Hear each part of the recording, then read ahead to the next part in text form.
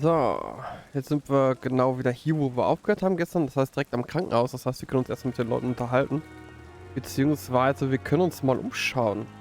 Das haben wir gestern nämlich noch nicht gemacht. Ah ja, Krankenhaus nehmen können Leute auf, weil es voll ist. Irgendwann wird das bei uns genauso sein.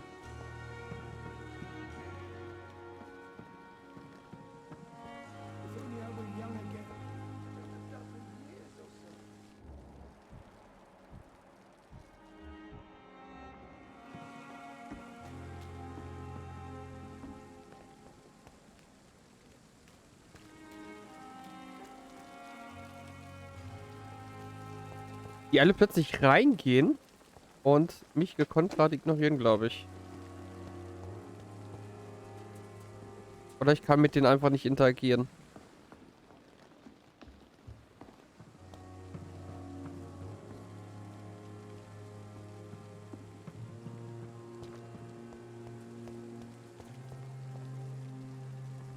Good evening, sir.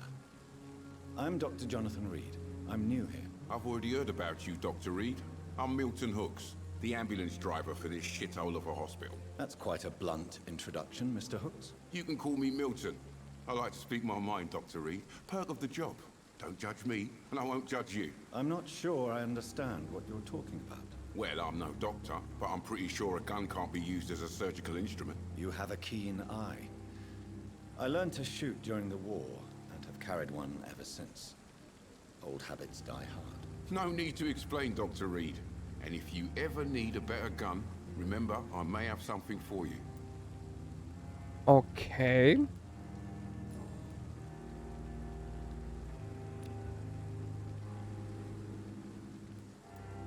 So what do you do exactly in this hospital? Apart from smuggling guns, I mean. I've been an ambulance driver since... too long, I guess. I bring sick people here night and day. It's a dirty job, but I get it done. Most of the time. It sounds like things have been a bit rough recently. What's happened? Yesterday I got attacked by the patient I was bringing here. I escaped through the hospital's garden, but I lost my wallet when I was running. You left an infected patient outside the hospital? That's incredibly dangerous. Go there yourself if you want, but be careful, Doctor. I'd rather not bring your dead body back. Örtliche Untersuchung. Okay, eine neue Bürgeruntersuchung ist verfügbar. Bürgeruntersuchung.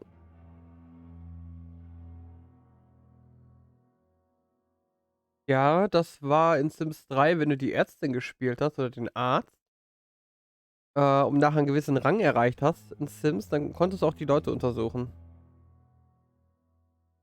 Stimmt, und impfen konntest du die auch, ja, genau.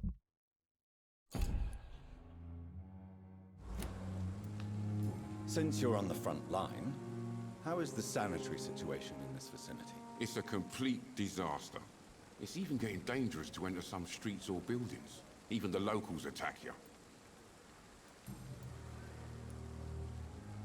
How is the situation around here? You want to hear the situation is all right? It's fucking awful. We lack everything, and it's getting worse every day. Are you really smuggling weapons through the hospital? And why not? I've already been attacked by patients, you know. And by gang members willing to steal my money. But you're not defending yourself. You're selling guns to civilians. You keep people alive your own way, Doctor. I offer them another way to protect their health. Was benötigt habe ich noch nicht, okay.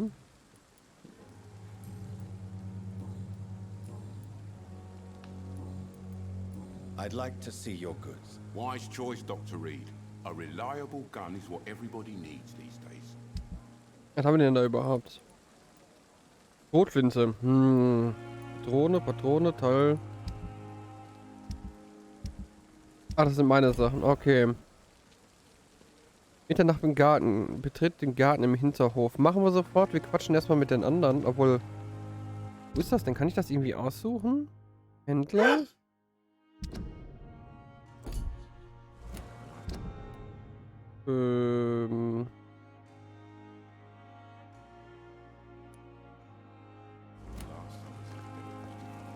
Was?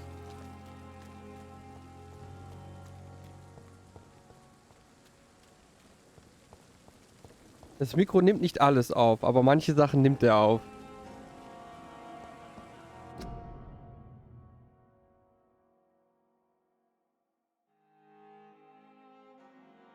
Die verbreiten sich durch Tröpfchen aus den Nase und Rachen. Ja, vielleicht sollte man das mal zu Corona-Zeiten auch mal aufhängen.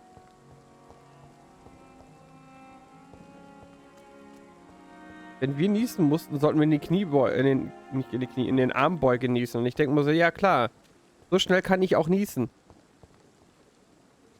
Also wenn ich niesen muss, dann kommt das wie eine Rakete. Da kann ich nicht so schnell meinen Arm bewegen. I cannot enter. Warum kommst du nicht da rein, wenn der andere da reingelaufen ist? You must be very angry about this unfair situation. I managed to arrange to have you buried in the same tomb, as grave as your wife. I hope that might help. Er hat das Handy weggeschmissen.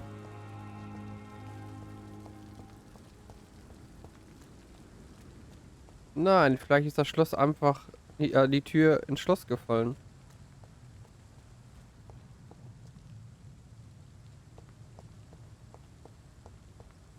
Auf einmal.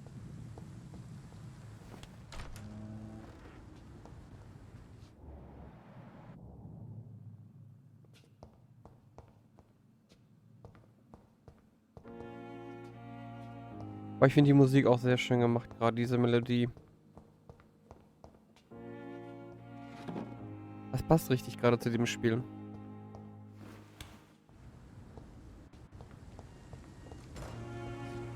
Gewalt gegen Kisten und Fässern. Scowl voices in the garden. I should investigate. If they were to find somebody. Oh, Boost of the Skull.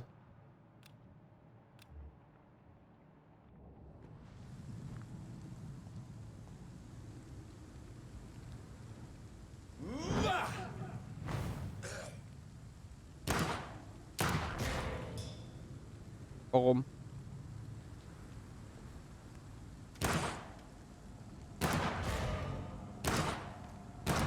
Hm.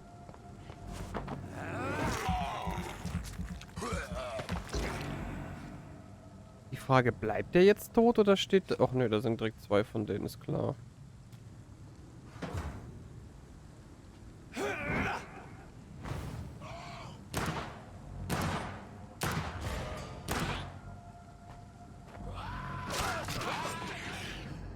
Oh.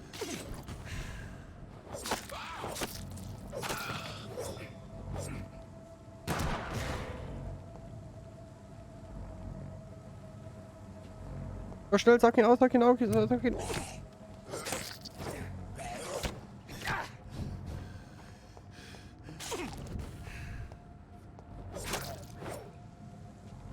Ich muss mal eben die Waffe wechseln. Warum kann ich das nicht machen? Ich glaube, ich gehe wieder auf den Haupthand. Kann ich das hier auch wechseln?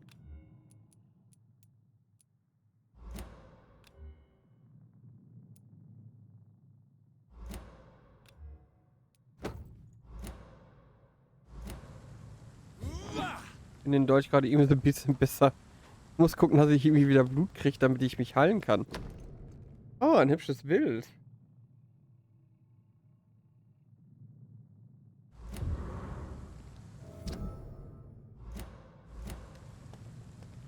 Die Geldbörse zu seinem Besitzer. Ja, aber ich will mich hier vor umgucken.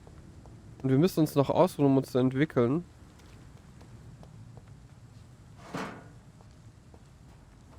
Ja. Nein, hast du nicht.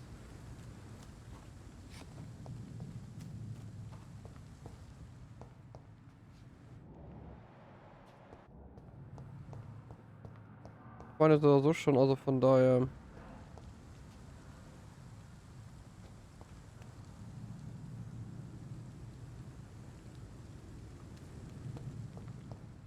Okay.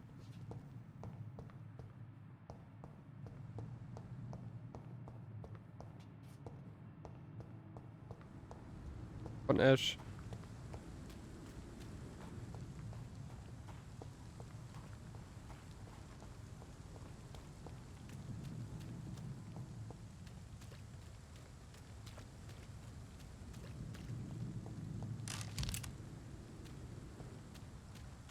It's locked.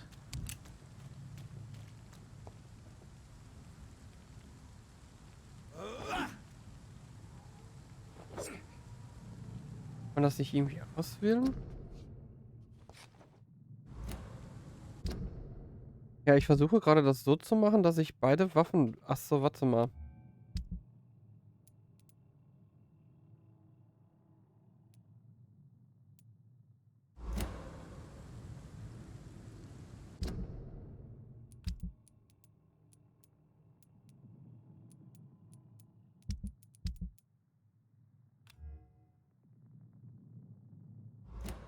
Okay, es gibt nur gewisse Gegenstände anscheinend, die ich da reinpacken kann.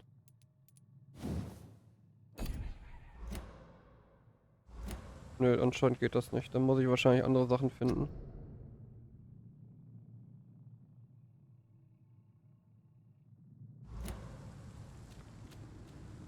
Bitte out. Ja, da kommen wir so nicht weiter. Und davon ist die Frage, ob da so einer hier ist. Nö.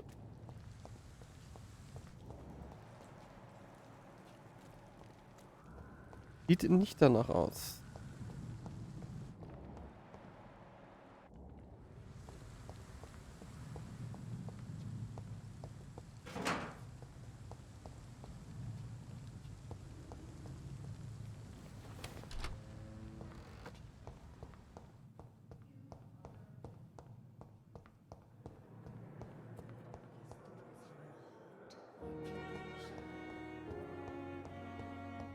It's locked.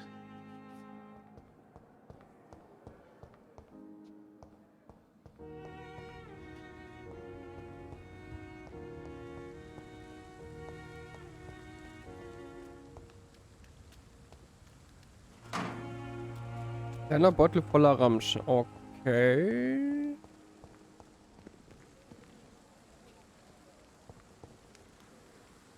Good evening. I'm Dr. Reed. Always a pleasure to meet a colleague, sir. Especially when he was supposedly dead. A colleague. Are you a doctor too? Not anymore, sir. I used to be Dr. Rakesh Chadana. Now, I'm just Mr. Chadana, pawnbroker and humble guardian of this morgue. What do you mean, you used to be a doctor? Was your license revoked? No, sir. It is just that I like to be precise. I run a little pawn shop while taking care of the dead. But I used to be a real doctor. Mhm. Hinweis benötigt.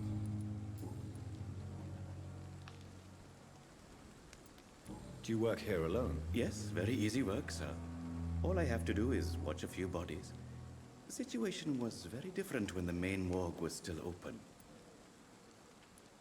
Why do you have to watch these bodies? Because these poor fellows have no names. We keep them in case someone comes looking for the missing. Sadly, very rarely happens. Why close the hospital's main morgue? It was for sanitary reasons after the beginning of the epidemic. Cadavers had to be moved to the nearest mass grave. Weil Verbrennen wahrscheinlich einfacher wäre. Are you afraid or uneasy being surrounded by so many corpses? Why should I? These bodies are empty vessels. Flesh left to decay. Poof. No soul anymore. All gone. An interesting point of view. And quite an exotic one, too. Most people fear, or at least have a respect, for dead flesh. Sir, as a medic during the war, I learned to face my death and the death of others. It's the pain we have to tame, not death itself. How did you get this job? After I left the army, I worked as an undertaker down by the docks. A dangerous place with many an unpleasant business there. Milton Hooks helped me get a job here. Have we met before? I don't think so, sir. Why? When we first talked, you said you were glad to meet me since I was reported dead. Funny story, sir. Your sister came here a few nights ago. You were missing, and she was looking for your body. She must be very relieved now. Autsch, ja, die Schwester hat er leider getötet. Traurigerweise. Nein. A pawnbroker. I expect you get all types of people here. Yes, sir. All kind of people. For I sell all kind of goods. Who comes here to trade with you? It's very unhygienic, even unsafe. Diseases can spread. For the customers, for the hospital. I'm very cautious, sir. I've been a doctor, remember? And all my clients are good people. In fact, I think I only know good people. What kind of goods? With the quarantine, it's not always easy to buy things. So I trade, I exchange. Some people sell, some others buy. I like to help. Since you're not afraid of dying, do you believe in life after death, Rakesh? No, I believe we must do all the good we can while alive. For our time is short, and the obstacles are endless. Do you think you would enjoy immortality as a concept? I don't think so. Don't mistake me. I love life, and I'd like to live a long life. But everything has to decay, sir. Even goodwill. Do you really believe goodwill cannot last? As I said, sir, everything decays. If I was to never die, goodness, I would be bored or worse. And I like to be helpful, sir. Quite depressing, wouldn't you say? Yes, but the good news is, we'll all die before losing our humanity, sir. So you're ready to die? No, I am not. I don't fear death, for I won't see it. What troubles me is the pain my death will inflict to those I know. You're a wise man, Mr. Chidana. No, Dr. Reed, I am a foolish man. But I like to think otherwise.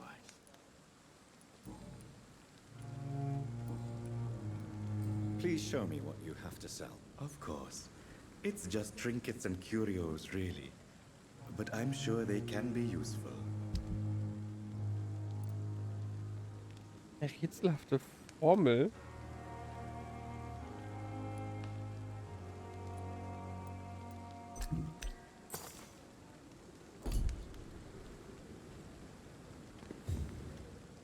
It's locked, all right.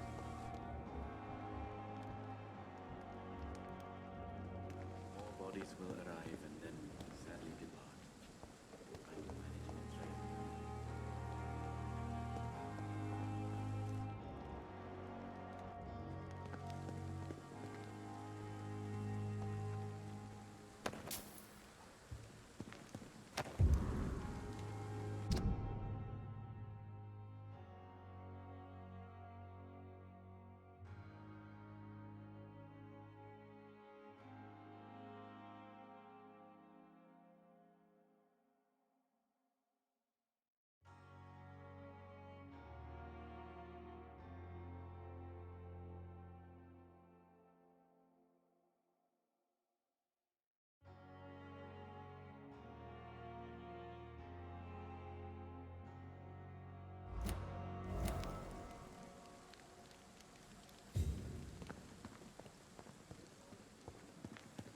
Never ceases.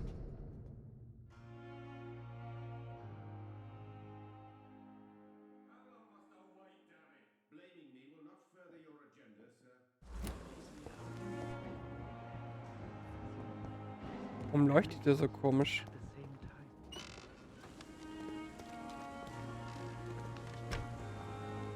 I'm sorry you ended up on my plane and cold medical bench, sir. It's locked, all right. This unfair situation.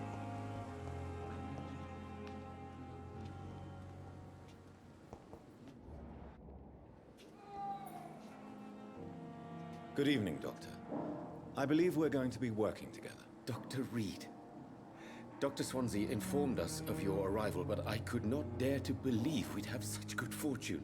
Such an honor, sir. Thank you. And you are? I am Thoreau Strickland, Dr. Thoreau Strickland. I'm a great admirer of your work, Dr. Reed.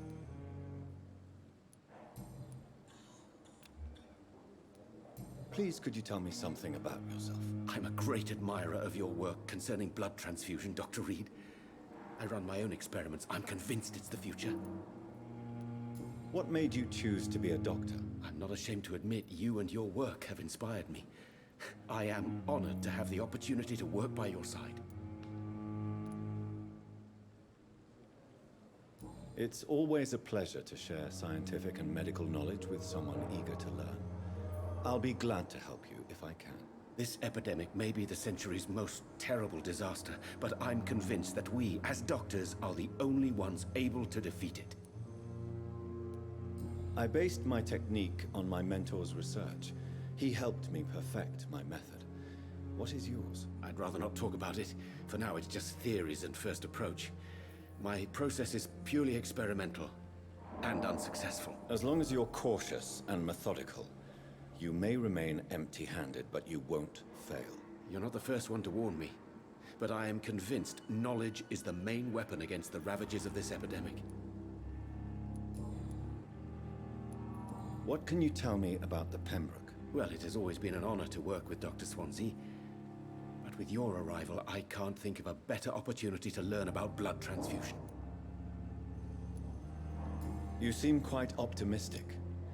It's a rare and precious attitude in these difficult times. I'm convinced that this epidemic is a test of endurance and dedication for us men of science. Questions remain about our capacity to resolve the situation. True. Last summer, during the first wave of the epidemic, I used to joke with Milton about the extra work. We're not smiling now. Do you need help with anything in particular? Well, yes, maybe. I'm waiting for a batch of products I ordered for my personal research, yet my supplier seems to have vanished. Do you want me to play the errand boy for you? Oh no, Dr. Reed. But if you went personally to his shop, what with your reputation and all, he wouldn't dare to refuse the products I need. I see. Well, give me the address, for I may pass by if I have time.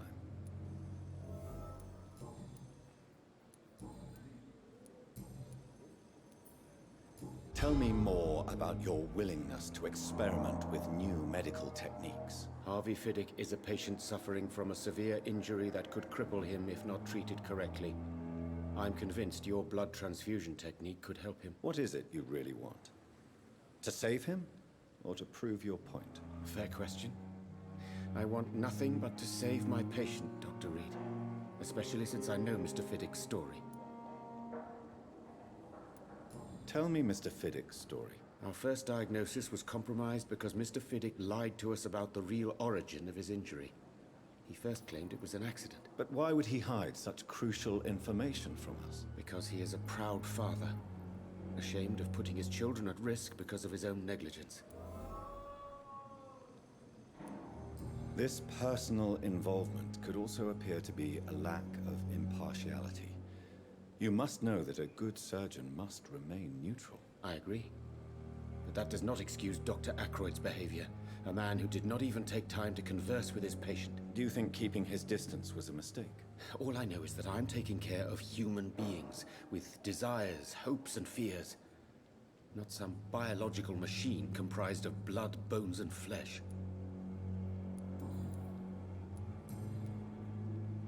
Goodbye, Dr. Strickland.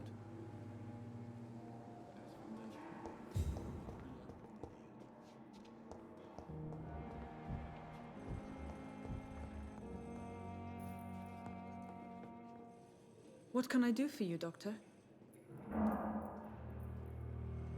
Thank you, Nurse Crane. Mit der haben wir schon gesprochen. Was ist mit dir? Nee, mit denen haben wir auch gerade gesprochen.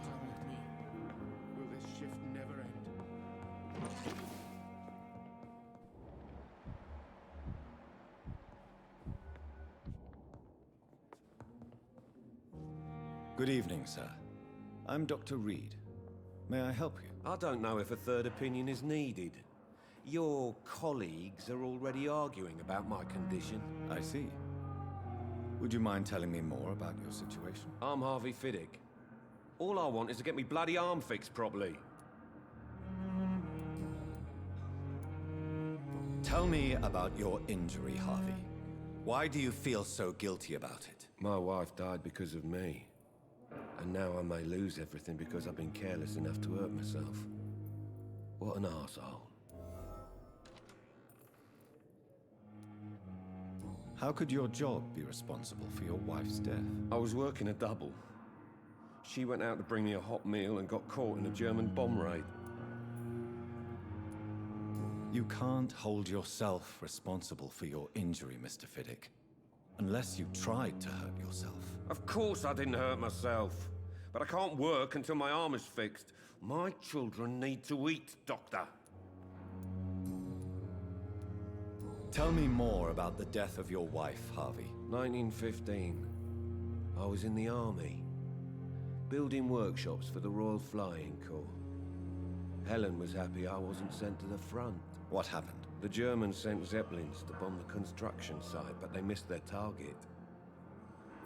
My wife was bringing my dinner when the bombs fell. I'm sorry for your loss. So many died during the bombings. I served in France and witnessed the carnage there. I would like to say that she didn't suffer. Truth is, I have no idea. I just know that I'm all that me kids have. Poor little bleeders. How are your children after losing their mother? They were smaller then. The only good thing about this is my Helen didn't bring them with her that night.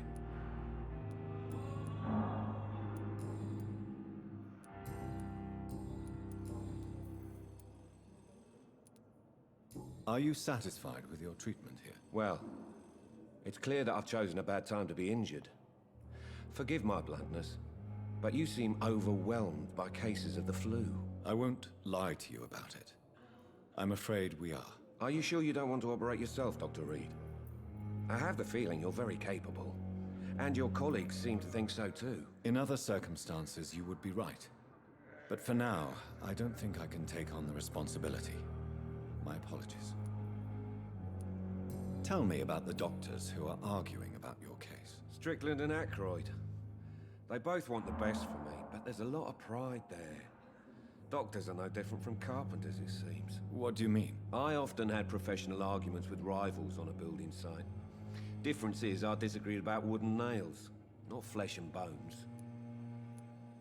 Tell me about yourself, Mr. Fiddick. I'm just a regular guy waiting to get his arm fixed, so I can return to work and to my family. I was more curious about what you were doing before being hospitalized. I'm a carpenter, and a good one too.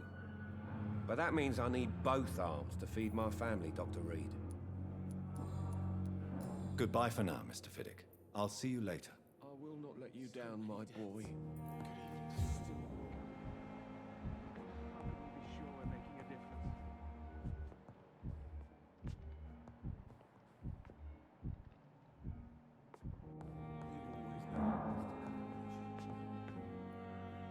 Good evening, sir. I'm Dr. Reed. I believe we're going to be colleagues. Reed? Yes, I've been informed about your arrival. I'm Waverly Aykroyd. Welcome aboard, I suppose. Does my arrival inconvenience you in some way, Dr. Aykroyd? Let us just say that I don't particularly share Dr. Swans's enthusiasm for hiring you. What we need here are reliable professionals, not overrated dabblers. Tell me, Waverly, what do you think of Dr. Strickland's enthusiasm for his experimental research? Strickland is playing with his patients' lives for pride and glory. Now that, sir, is unethical. Are you thinking about something in particular? Harvey Fiddick needs delicate surgery. I believe we should stick to the usual procedure, but my young colleague obviously disagrees. Why do you wish to lead this surgery? I strongly believe that Mr. Fiddick should not be butchered to test an unproven procedure.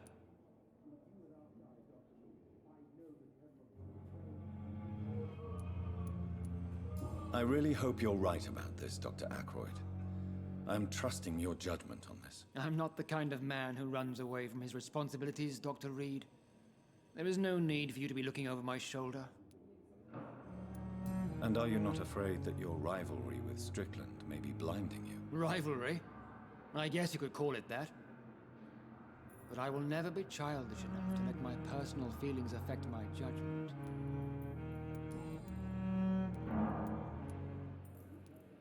Since your tenure in this hospital is longer than mine, perhaps you can tell me more about this place. Let's just say I'm tired of the carelessness around me. I have always respected the skills of Dr. Swansea, but over time his enthusiasm has become displaced. Carelessness? Exactly what are you talking about? We're here to save lives. The people who trust us are not volunteering for experimentation. They're here to be healed. I don't intend to run any radical experiments, Doctor. Even if I, as any good practitioner should, express an interest in pushing the boundaries of medical research. Modern medical methods were created through audacity and ego. But there are rules in our line of work, and they're here to protect our patients. If you have a problem with me, Dr. Ackroyd, please feel free to tell me. Dr. Swansea has imposed your presence on this hospital without asking anyone's advice. The benefit of his position. But I don't agree with it. I know we've never met before, but I believe this hospital could use all the help it can get. You will agree with that, I'm sure. Oh, but I have heard about you, Dr. Reed. Of course, you can't say the same about me, since I have not wasted my time courting the press.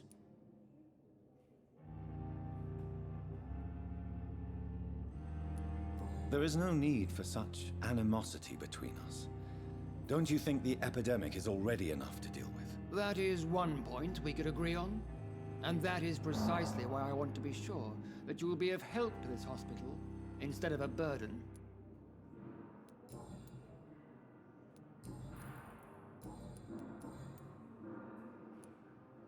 I don't know what you've heard about me, but I have already proved my value as a practitioner. I don't question your skills, Dr. Reed, but your motive.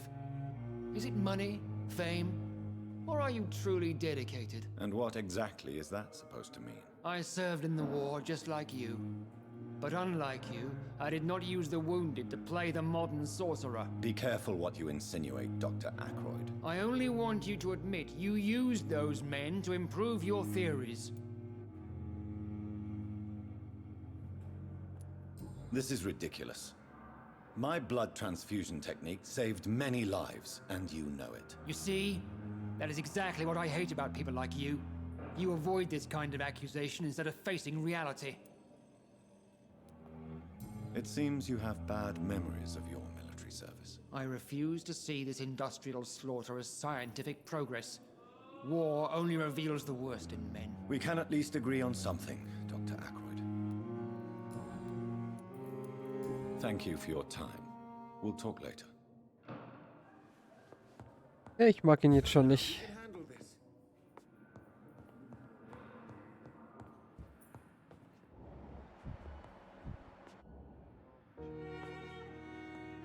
Good evening. I'm Dr. Reed. Can I help at all? No, Really? Why are you here then? I don't want to talk. My throat hurts too much. I suppose that this pain is the reason you're here. Is someone taking care of you? Yes. And no. Could you at least tell me your name, sir? Mortimer. Mortimer Goswick. How painful is your throat, Mr. Goswick? So painful I'd rather not talk at all, Doctor. I'll let you get some rest, then. I'm alright. Don't waste your time with me. Good evening, madam. Can I help you? It's my son who needs you, sir. I'm Dr. Jonathan Reed. How can I help your son? I'm Beatrice Goswick, mother of Mortimer Goswick. Could you check on him, please, Dr. Reed? I've heard much of your talents as a physician.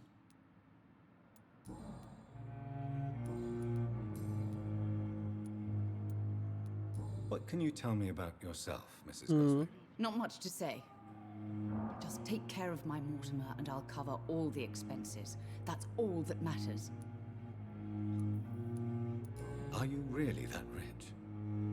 Most of the patients here are of a more humble origin, if I may say so. Yes, thanks to my husband. May he rest in peace. I can cover any needed medical expenses. May I ask if you have an occupation, Mrs. Goswick? I'm a teacher by profession. I teach young women who are more ambitious about their futures than their families. What do you think of your reception here? Any complaints? I have had the uttermost reservations about this hospital since we arrived. But we had no other choice, considering the state of emergency. Is there something in particular that's bothering you? Some of the staff were not especially welcoming. I suspect they're not accustomed to dealing with patients of such social standing. Tell me more about your arrival at the Pembroke Hospital. What gave you such a bad first impression? The ambulance driver was quite rude, for a start. And that nurse, Miss Hawkins, seems to have quite a dubious attitude. What do you mean? She managed to secure a bed for my son despite the epidemic. It was a relief, but it wasn't cheap. She charged you for a bed? Yes, and I paid without question, considering the urgency of the situation. I share your concern, Mrs. Goswick. Be sure that I'll talk to the people involved. I don't expect compensation, Dr. Reed. But I'm aware such behavior would not be tolerated in other hospitals.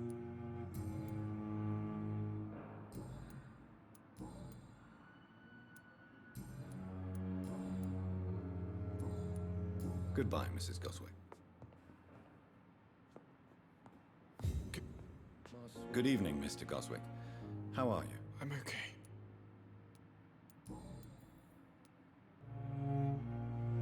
Why did your mother have you hospitalized here?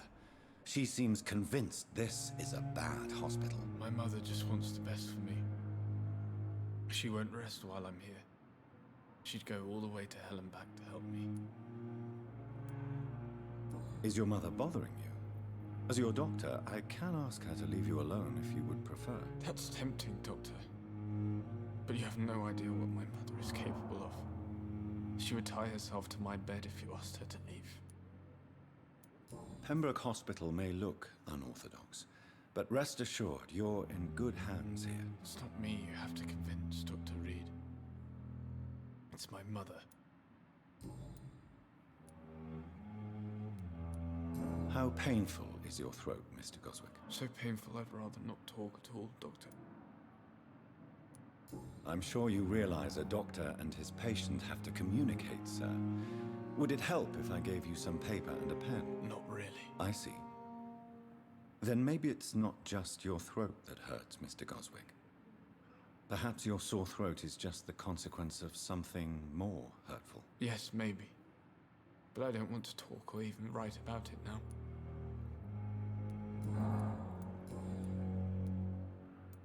Tell me about yourself, Mr. Goswick. I don't want to talk, Doctor.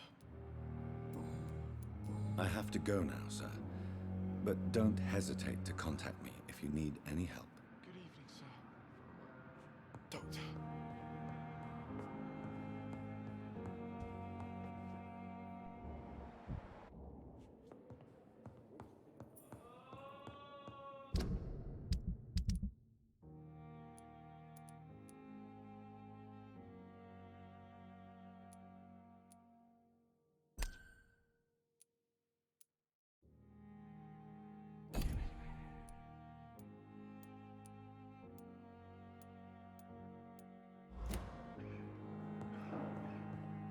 I will not let you down, my boy.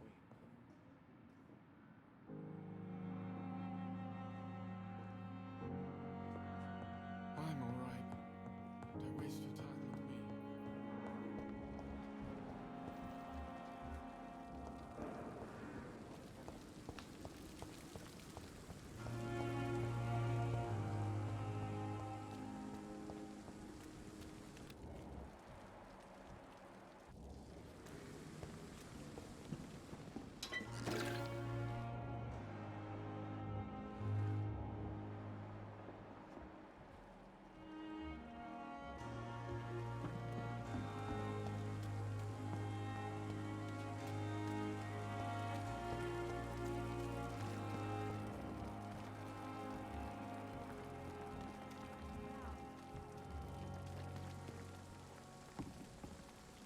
Good evening, Milton. Good evening, Doctor. Still trying to save lives? I have some good news, Milton. What? The epidemic's over? I retrieved your wallet. with all the money and a certain picture. Well, yeah, Pippa Hawkins is my girl. So what? Is it the difference of skin colour that bothers you? Not at all, Milton. Good. Please, take this money anyway. To remind you to keep your mouth shut. Not everybody is as broad-minded as you, Dr. Reed.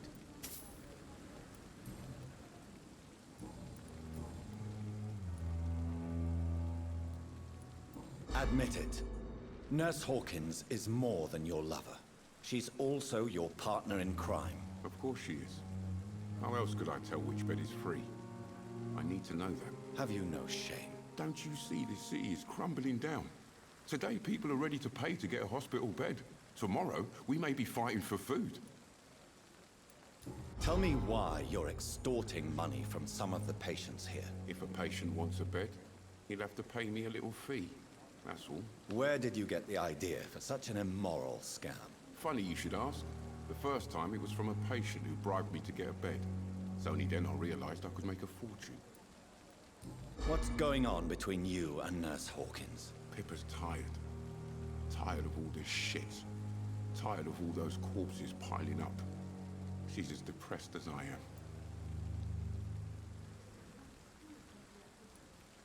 During the war, I witnessed a few couples just like you come together in difficult circumstances. It can be very damaging. Maybe you're right. But we support each other. And that's all that matters. You do realize you could both get fired. Hospital staff are not meant to have intimate relationships with one another. Come on, Dr. Reed. Do you know how many rules are broken in this hospital every day just to keep it running? There's nothing wrong with what we're doing. Goodbye, Milton.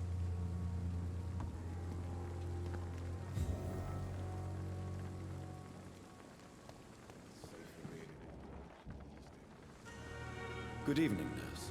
I'm Dr. Jonathan Reed, the new surgeon here at the Pembroke. Dr. Swansea has already told us about you, sir. I'm Nurse Gwyneth Brannigan. Welcome to the Pembroke Hospital. Did he really? It's a good thing I wasn't hoping to keep a low profile. All members of staff have already read about your new blood transfusion technique. Dr. Swansea made sure of that. I see. Well, I'm a little surprised, but I suppose I'll just have to deal with this unexpected notoriety. You must know, blood transfusions are Dr. Swansea's primary subject of research. He is convinced it is the future.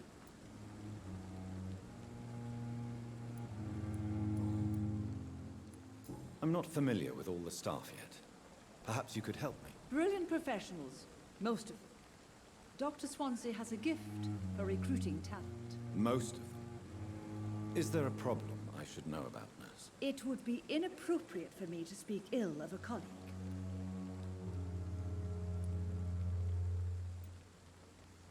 Is there anyone that stands out? Well, I have never met someone as dedicated as Dr. Tippett. He should be a standard for us all here. If only he were younger. Why should his age be a problem? I guess it's fair to say he's always pushing himself to the limits. He just doesn't know when to stop and get some rest.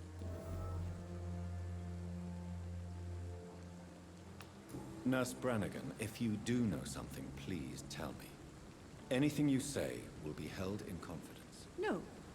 I may disagree with some conduct, but in the end, everybody is doing their best.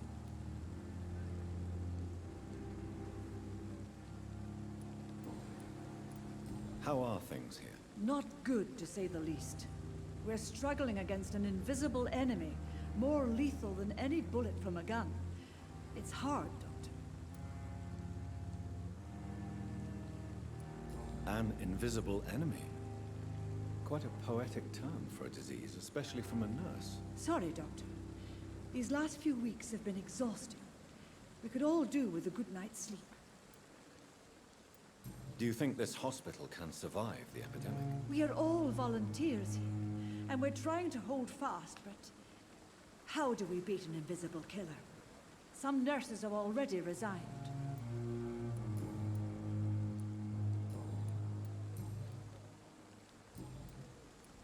Goodbye, nurse. Call me if you need assistance.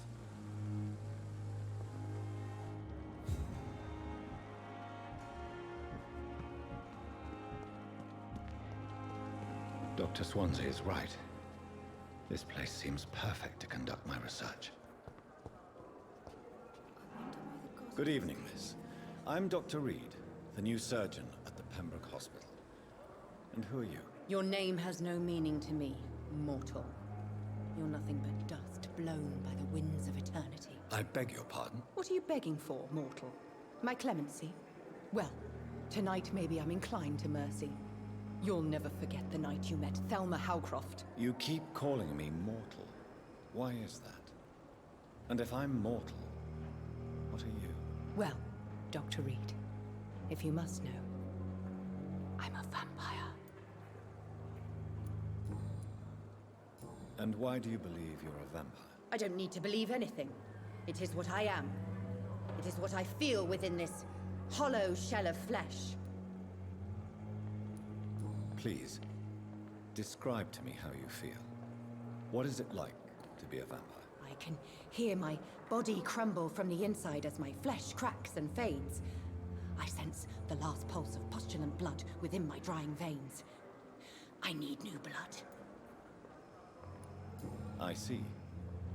Have you ever heard of Cotard's syndrome, Miss Howcroft? Never. It's a mental illness discovered by a French neurologist named Jules Cotard.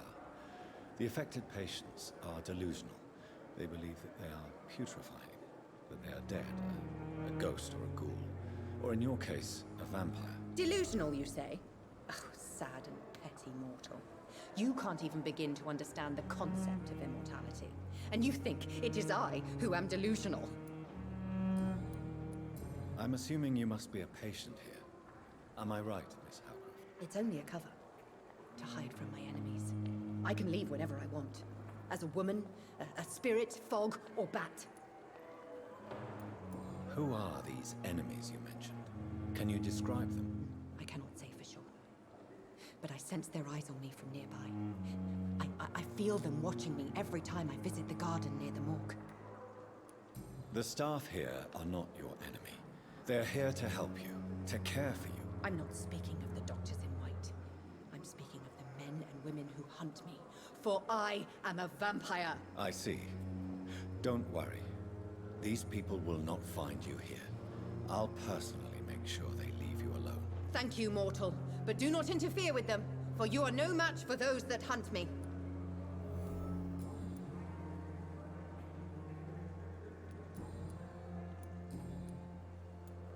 Who are you really, Miss Howcroft? I mean, apart from being a vampire. Is that not enough for you, puny mortal? What do you require? Proof of my powers? I'm curious to know who you were before becoming a vampire. It was such a long time ago, I don't remember. Centuries of unholy life can have strange effects on one's minds, you see? I'll leave you, Mistress of the Dark, to your nocturnal activities.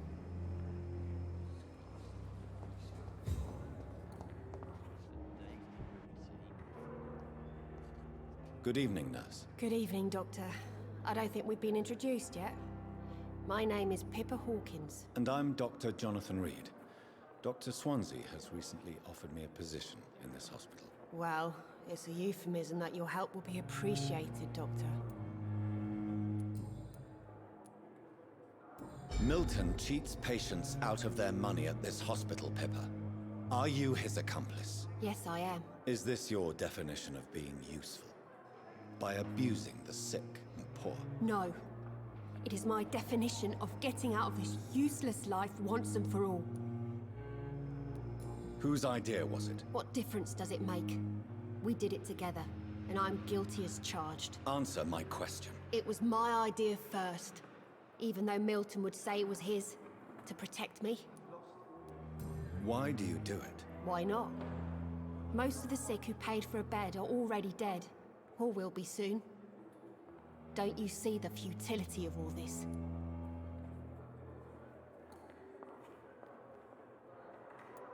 How can you be affected by the misery around you, and be so heartless at the same time?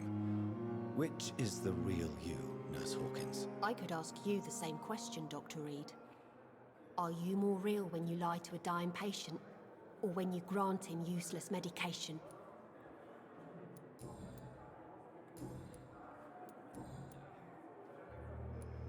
How is the Pembroke staff coping with the epidemic? Well, not well. Milton, the ambulance driver, is even more grumpy than usual, especially concerning doctors. Why does Milton dislike doctors? I don't know. Just ask him. But be warned, Milton is not the chatty type. Why is Milton grumpy on a daily basis? Is it just an act? Milton's not the kind of man who's bothered about a bad reputation, whether he deserved it or not.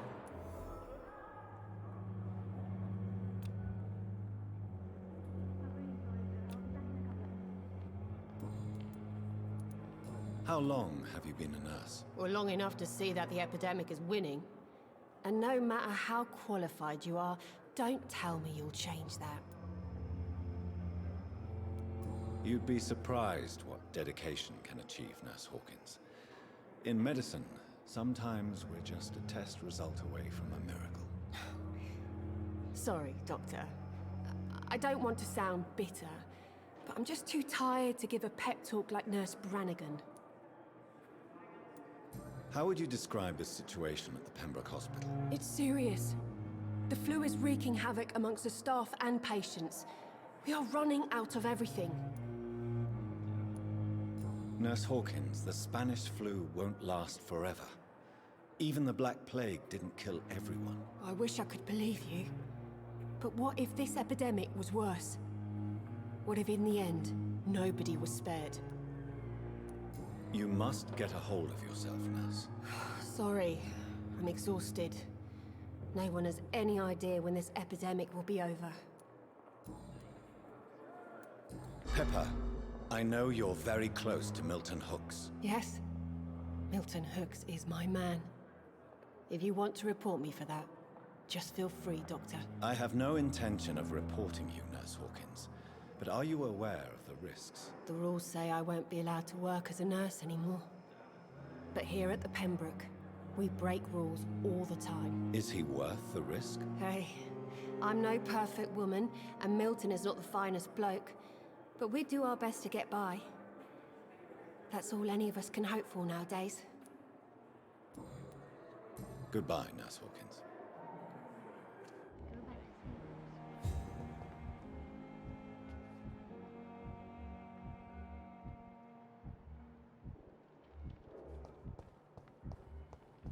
A giant morgue disguised as a hospital. That's Good evening, sir. nowadays. Can I help you? Unless you're here to fix my face. No. I don't think you can help me. I'm Dr. Reed. I've recently taken the position of head surgeon here. War injuries, am I right? You guessed right, Doctor. German shell took my pretty little mug right off. But they still call me Thomas Elwood. How close are you to Miss Hawcroft? Are you aware that she thinks she is a vampire? To wait for her next nibble is the best reason to stay here. Every time she approaches my bed, she treats me like something tasty. A normal person. Aren't you afraid? She may hurt you if the game goes too far. She's quite harmless, I can assure you. Her head's broken inside is all. While I'm busted on the outside. But she's still beautiful. Living proof that there's hope for me. You do realize she's mentally disturbed. It's called the Cotard syndrome. She truly believes she's a vampire. In her madness, she never refers to my scars. And frankly, if I could, I'd join her world. It seems much more fun than the real one. So do you let her bite you? You know that's not sanitary. And why not? She's only supping a few drops of me blood. And the pain, it's real for once. She could decide to bite less willing patients. Then it's another good reason for me to stay here, Doctor. Where were you stationed, sir? Did you serve for long? I really don't want to talk about all this shit. No offense. I was pushing too much. I served in France myself. I just wanted to know what happened to you. You were an officer, weren't you? Then I doubt we fought the same war, sir. No offense. How is your stay with us, Mr. Elwood? Oh, it's bliss. I just escaped death in the trenches to be surrounded again by the moans of the dying. Can I ask you precisely why you're a patient here? It's the pain, sir. The drugs don't work. It just hurts under the scars, if you get my drift. Can I do anything for your pain? Nurses gave me a bunch of pills. No effect. Told you. It's like the flames are under my skin, burning away.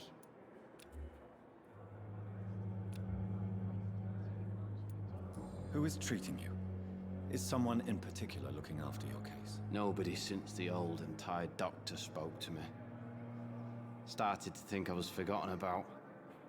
Wouldn't blame you. You don't seem worried by that. My face hurts so much more when I smile or cry.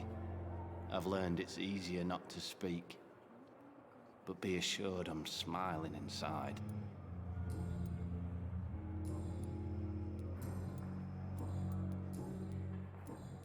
Goodbye for now, Mr. Elwood. Damn. Here again. Please. Has anyone seen my daughter? Giant morgue disguised as a hospital. That's pendant nowadays. Good evening, Mr. Hampton. How do you feel? Dr. Reed, is it? Oh, sir, I must apologize for my behavior. What do you mean? I was not myself in the factory. Fear and exhaustion made me say awful things to you, I'm afraid. You remained perfectly nice and polite. A little delirious, perhaps. But who wouldn't be after enduring an abduction? Thank you, Doctor. That's a relief. Now all I need to do is rest and return to my flock.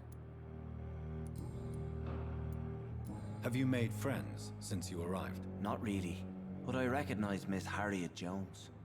I knew her when she lived by the docks. That poor woman had such a miserable life. You never came to see her here at Pembroke. Receiving visits when sick can be an important part of the healing process, you know. We're not just bodies. You're preaching to the converted now, Doctor. To be truly honest, I thought she was dead. She left the docks many months ago. What do you do for a living, Mr. Hampton? I can't help but notice the cross around your neck. I manage a night asylum for the poor and homeless of the docks. And I try to guide the lost and hesitant on the right path to our Lord. Why didn't you use your cross against William Bishop? To repel him somehow? That's a very strange question, Doctor. A cross is no magical token, if that's what you were trying to say. Not mine, anyway. Are you a priest, Mr. Hampton? A deacon, maybe? Not at all, Doctor. I'm just a man of faith willing to preach the good word. How do you feel, Mr. Hampton? Medically speaking, I mean. I feel exhausted. Beyond exhaustion, actually. William drank so much of my blood in his madness. I feel empty. You're in good hands here. Dr. Swansea is well versed in blood transfusion, and I'm sure he'll take the best care of you. Thank you, sir. I believe all I need is rest, and then I can go back to the people who need me. Do you know Tom Watts, the bartender from the Turtle? I met him before I found you in the canning factory. Tom? Yes, of course. Always the helping hand, good old Tom. Without men like him, corruption and despair would have wiped out the East End long ago. People are still in despair. How could it be otherwise? The authorities have left us all to rot in this contagious nightmare. No drugs, no advice, nothing. It's a damn shame.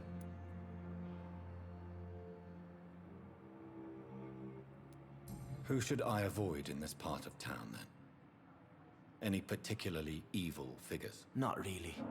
Most men and women are just doing their best. And it's not my habit to speak ill of people I know, Doctor. How did you end up in William Bishop's den? I had received alarming news about his recent behavior. I went to his place and he refused to let me go. You dared to enter this awful place alone. You're a hero, Mr. Hampton. Or a fool. I'm just a man trying to help his friends, Dr. Reed. William Bishop was a conflicted soul, searching for light. Why did he abduct you? William was an alcoholic. His addiction suddenly changed to blood. I don't know why. Just like a patient I met here. This Miss Hawcroft. What is the general situation in the East End docks? The situation has always been tough, with a lot of tensions between the gangs and the dockers' trade union. The wet boot boys are very nervous since they lost their leader. Who leads the gang now? Since Clay Cox went missing, it's his wife Edwina who runs the show, with the assistance of her minion, Booth Digby.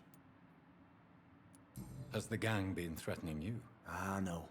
I've had this nickname for so long, you know, the sad saint of the East End. No one dares to bug a saint, not even criminals. Goodbye, Mr. Hampton. We'll talk again later.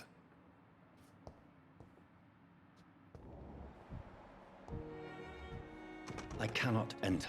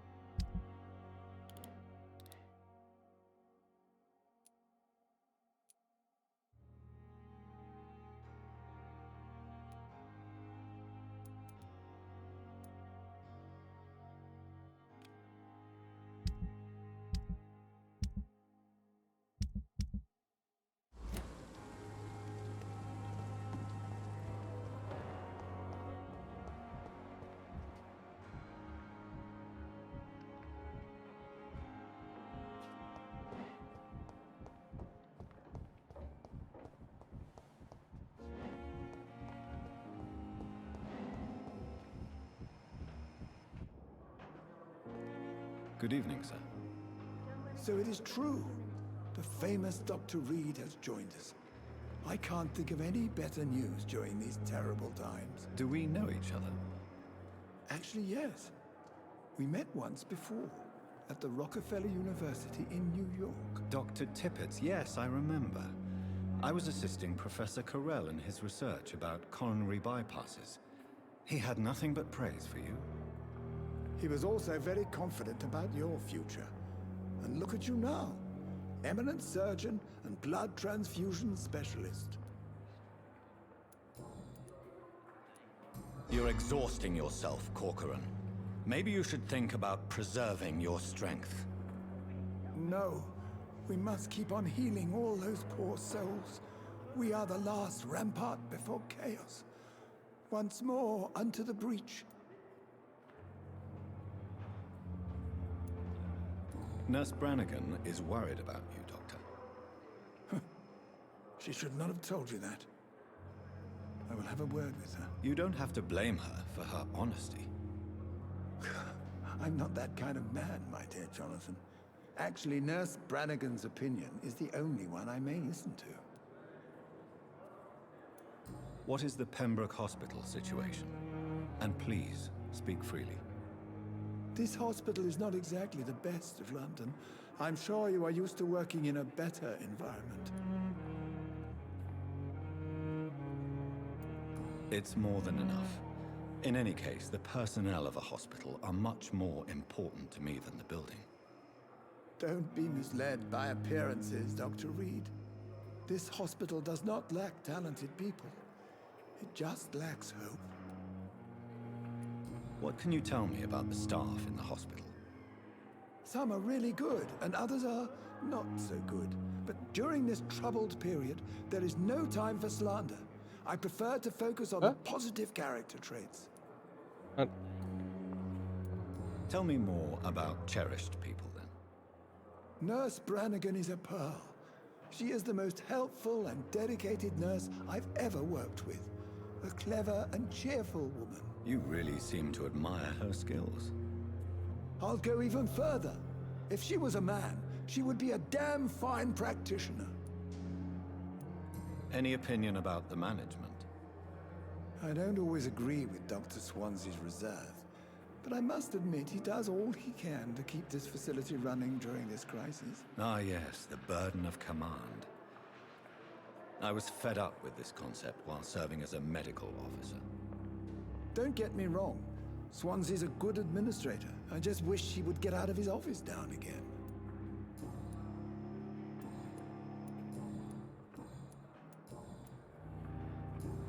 Goodbye, Dr. Tippett.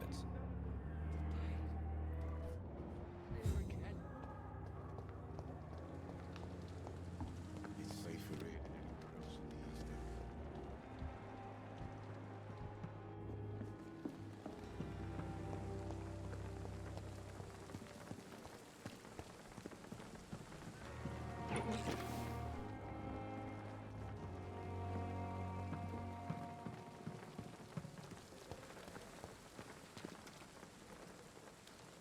The Pembroke is so loud.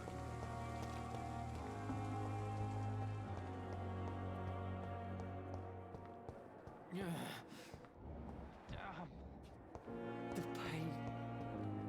It's here again.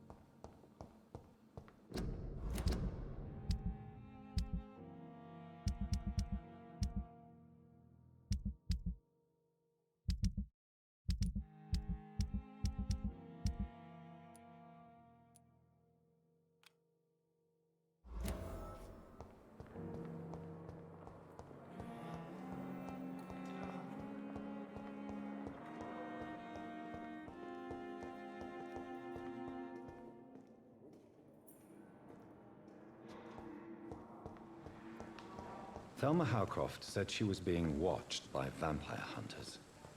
Where are they hiding? I should investigate.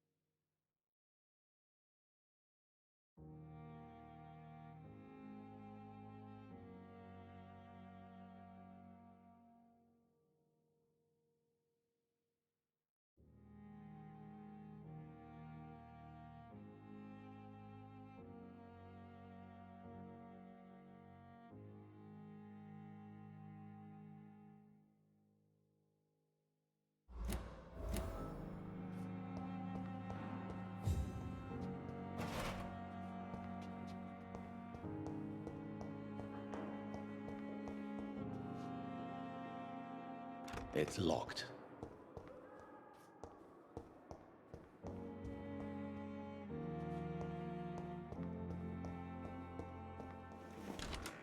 This must be the place. It's definitely away from prying eyes. Relegated to the shadows. A kingdom of my own. At least I won't be sleeping in a coffin.